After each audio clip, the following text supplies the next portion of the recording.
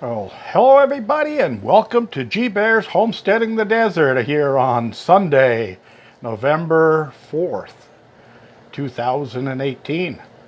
And look what we got. I went out and got my window shades for the window. I got that one pulled down because the sun's beating on through there. And it's 84 degrees in here right now, so I don't want it to get any hotter in here. I'll have to turn the fan on and open windows. But yeah, I got my little pull-down shades here. They're $7 each. Perfect for what I want. It's just a privacy type thing and a little bit of sunblock, so that works great. I keep my mini blinds on the door. So just wanted to show you that, and now we're going to head outside.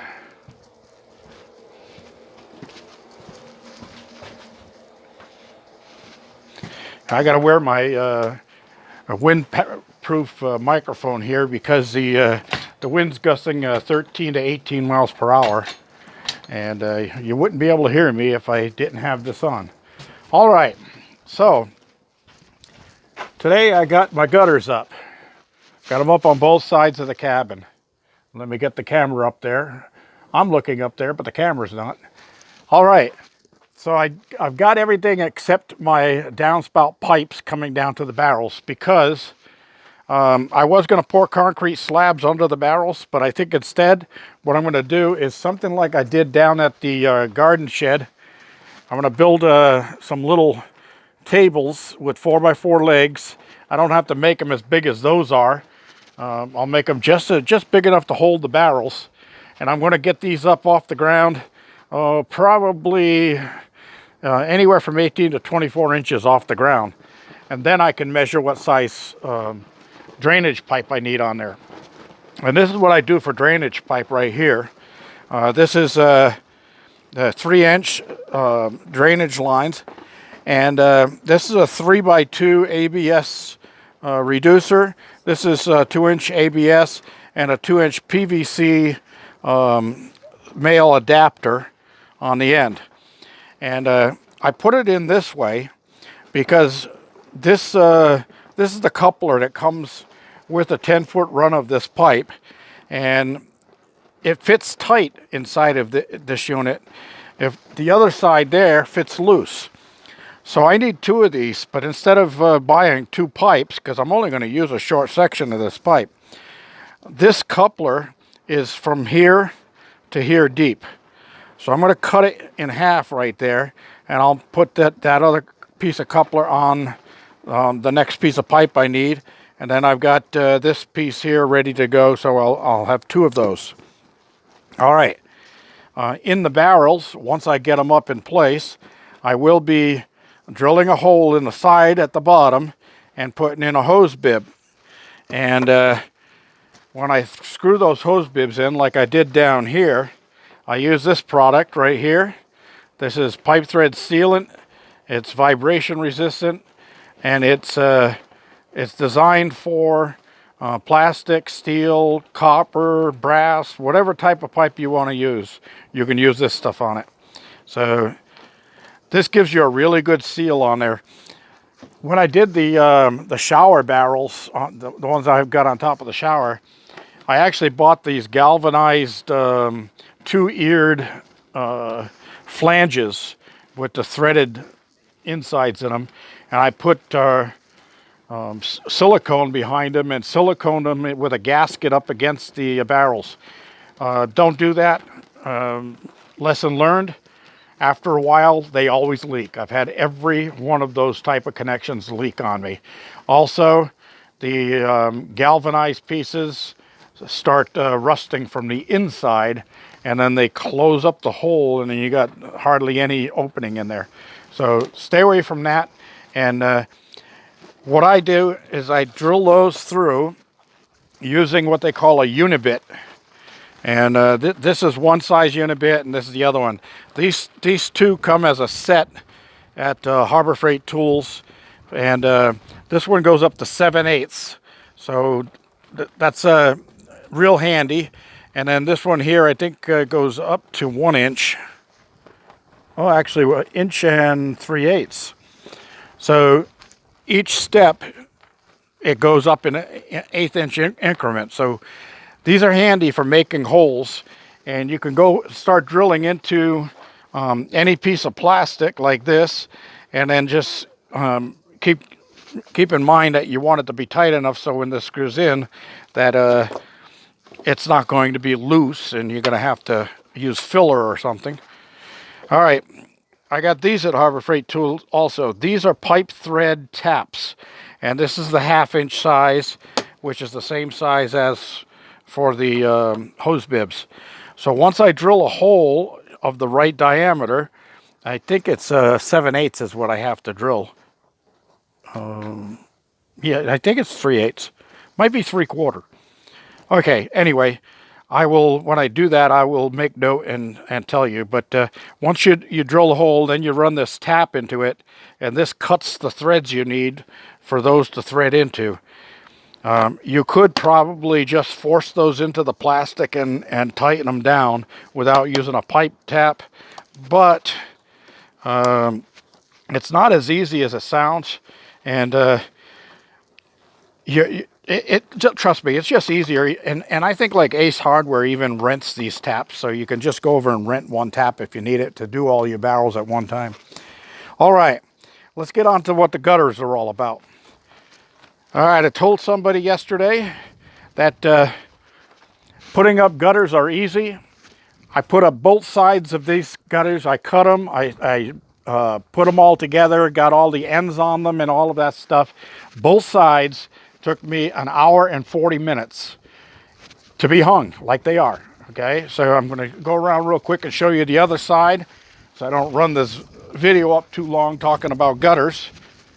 But yeah, see, I got this one up too. So 1 hour and 40 minutes, I timed it to cut, put together, and hang 2 sections of gutter. Now, and you're working with Home Depot type gutter or Lowe's gutter, you're going to deal with 10-foot lengths, and you have to buy the unions, which are these things right here. Now, these are a pain in the neck sometimes to get onto the units. And you see how this one is real tight up against there? Well, I keep a screwdriver handy, a flat screwdriver, and I can fit it inside of there and then just give it a little tweak to open that up a little bit so it slides on easier. And you want to make sure you push them all the way into the stop, which is right there by my thumb. You want to get them all the way in. And then after you get the 2 pieces together, this piece bends over and shapes like this. So you bend it over and crimp it. Now I use this type of crimping pliers. These are for doing duct work and metal pipe duct and that stuff. It puts the crimps in so one piece fits inside the other. Most people won't have these. As a retired contractor, I have a lot of the tools. These are also put a little divot in 2 pieces. So once I put the coupler on the ends there, I can reach this one right over the end and snap it, and it puts a little divot through there so they can't pull apart. Okay, and then on the end caps, you got the 4 L's and the 4 R's. Okay, that's a left and a right. So it's as you're looking at the gutter as it's mounted, the way they go. So here's the L's. Those would go on this side because I'm looking at the gutter from this side. So this is an L, and this would go on this side. Once I put those on, I go all the way around them with these pliers, and I crimp them all the way around, and that locks it down tight on there so they don't fall off. Then I use my gutter and flashing sealant, 100% waterproof, 30 minutes water resistant, and I seal all of those joints so I don't have drips coming out of them. All right, so I'm showing you some of the tools here that are needed, not necessarily needed, but this makes it real easy.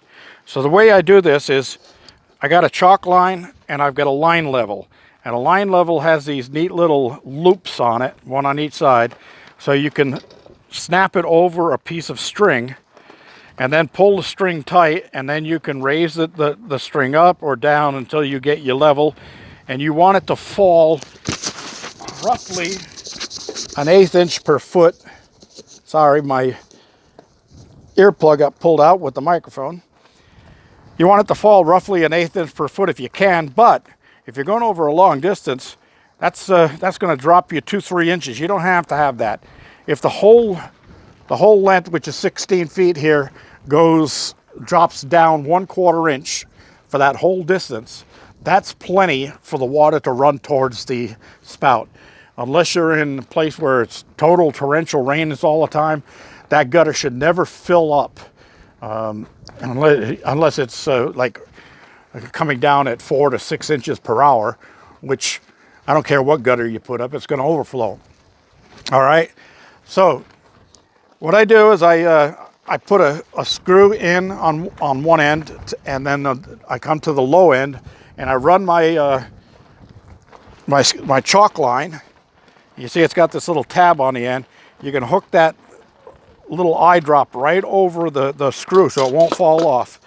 Then you can just strike a line just off of level from one side to the other, up as close to the flashing, the top flashing, as possible, starting against the flashing on that side and coming downhill on this side. All right? You can snap your line there. Once you do that, and you've got your gutter put together, you're going to want 2 clamps like this and a piece of 3-inch wood. I just use a piece of this OSB I had laying around, and I cut it 3 inches wide, and it's 4 foot long. And what you do is when you put the two together and you have your coupler in there, if you put this piece right across where the coupler goes and then clamp it on both sides with clamps like this, when you're lifting the gutter, that joint won't flex and come apart or go out of line or anything like that. It'll stay perfectly in line. If you're using continuous gutter, usually you don't buy continuous gutter and install yourself. Somebody would come out and install it, so you wouldn't have to worry about that. But here's the easy way of putting that up. You get your screw gun ready, and since I'm going metal against metal, I use these little lath screws. They're self-drilling. They got a little drill tip on the ends of them right there. And these are short. These are only 1/2 inch, but you can see how much it goes through the metal there. All the threads will be into the metal fascia. If you're doing wood, you want to use something a little bit longer, like these. And they make all different types of hangers for your gutters. I find this real easy, just hanging it with the metal screws on the metal fascia. All right. So now you're going to set your ladder dead center, or as close to dead center as possible on the run that you're going to do.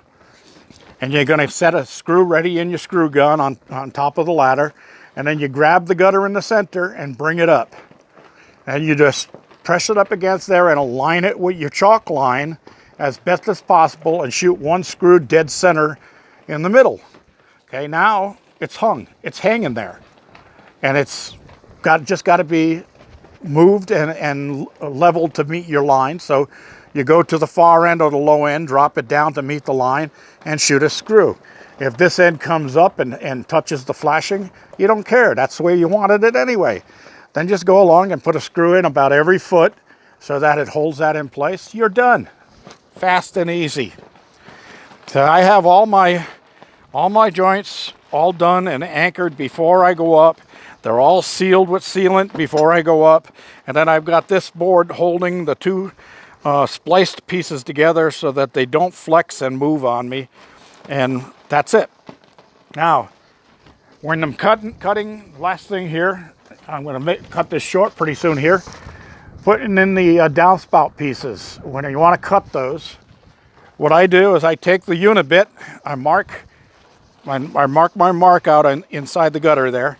And I take my unibit and I drill a hole in one of the corners just large enough to get these nippers, and it's that bottom piece, the one that's, let me see if I can get it in focus, the one that's moving there.